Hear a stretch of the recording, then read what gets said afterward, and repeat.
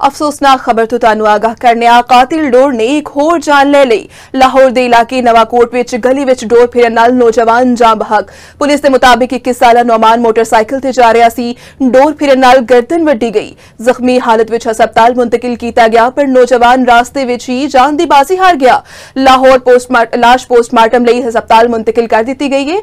इस हवाले नाल मजीद अपडेट लेने नुमाइंदा सन न्यूज़ मलिक मुश्ताक अहमद कोलों। जी मुश्ताक अहमद, दस्सियो की अपडेट ने तुहाडे कोल?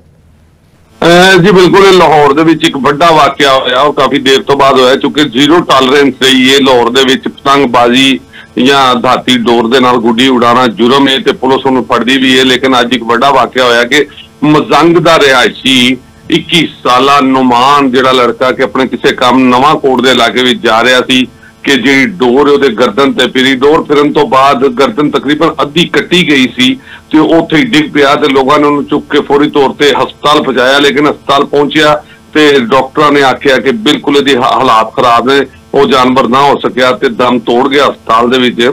ਇਹਦੇ ਵਿੱਚ ਇੱਕ ਗੱਲ ਹੈ ਕਿ ਲਾਸ਼ ਨੂੰ ਪੋਸਟਮਾਰਟਮ ਵਾਸਤੇ ਰੱਖਿਆ ਗਿਆ ਤੇ ਉਸ ਤੋਂ ਬਾਅਦ ਰਵਾਇਤੀ ਟੀਮ ਦੇ ਹਵਾਲੇ ਕਰ ਦਿੱਤਾ ਜਾਏਗਾ। ਵੱਡੀ ਗੱਲ ਇਹ ਵੇਖ ਕੇ ਹਮੇਸ਼ਾ ਤੋਂ ਆਈਜੀ ਪੰਜਾਬ ਤੇ ਵਜ਼ੀਰ ਆਲਾ ਪੰਜਾਬ ਇਹੋ ਜਿਹੇ ਵਾਕਿਆਤ ਦੇ ਉੱਤੇ ਵੱਡਾ ਨੋਟਿਸ ਲੈਂਦੇ ਨੇ। ਕਿਸੇ ਨੂੰ ਵੀ ਬਾਰ-ਬਾਰ ਹਰ ਥਾਣੇ ਨੂੰ ਹਰ ਮੀਟਿੰਗ ਦੇ ਵਿੱਚ ਕਿਹਾ ਜਾਂਦਾ ਹੈ ਕਿ ਕਿਸੇ ਇਲਾਕੇ ਦੇ ਵਿੱਚ ਡੋਰ ਦਾ ਵਾਕਿਆ ਨਾ ਹੋਵੇ, ਇਹੋ ਜਿਹਾ खतरनाक वाकया ना हो। लेकिन उसके बावजूद लाहौर शहर के विच नवाकोट च वाकया होया है।